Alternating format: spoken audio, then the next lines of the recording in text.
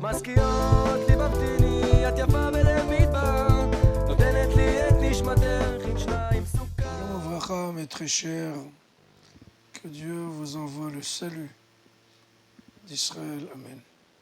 Ce Shabbat, Bezrat Hashem, Parashat Lech Lecha, c'est l'apparition de cette immense, gigantesque personnalité qui s'appelle Avraham Avinu.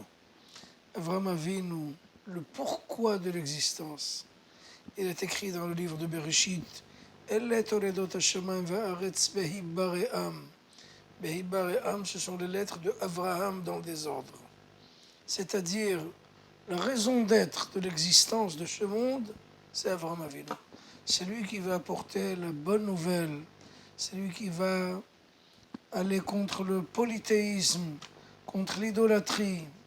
C'est le premier monothéiste du monde. Il s'appelle Avraham Ivri. Ivri, c'est Mehever, c'est-à-dire il va nager à contre-courant. Si lui, il est sur la rive droite, le monde entier est sur la rive gauche. Avraham Avinu, c'est l'antithèse du mal. C'est la thèse du bien. C'est celui qui va ouvrir des restaurants du cœur. Il va faire des soupes populaires. Il va partager tout ce qu'il a. Il va apprendre au monde à donner, à aider, à être là pour les autres. Lui, dans la liste de la priorité, il est le dernier. L'essentiel, c'est les autres. Et c'était, il y a 4000 ans, c'était une nouveauté, c'était quelque chose qui était la renaissance.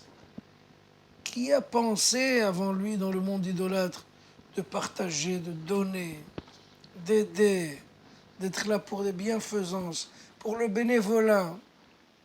Ça n'a jamais existé tout ça. On était dans un monde corrompu, usurpé, malfaisant. Et là, Avraham Avinu arrive avec le reason to be, la raison d'être à tout ce monde-là. Vraiment un apport universel pour le monde. Avraham Avinu, quelle personnalité, VIP. Il n'existe pas quelqu'un de plus haut, de plus grand, de plus digne. Quelle grandeur, un personnage exemplaire. Et si vous voulez, et Avraham Avinu, en fait, il a donné un nouveau spectre, un nouvel horizon au monde entier. Donc c'est ça la force de Avraham Avinu.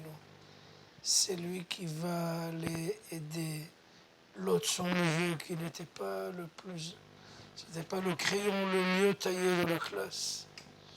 Et il était là pour lui, il a fait une guerre contre 4 rois qui ont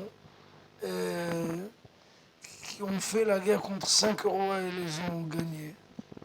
Et lui, Avraham Avinu, avec une petite patrouille, il arrive à réussir contre 4 rois gigantesques. Pour faire quoi? Pour sauver Lot, son neveu.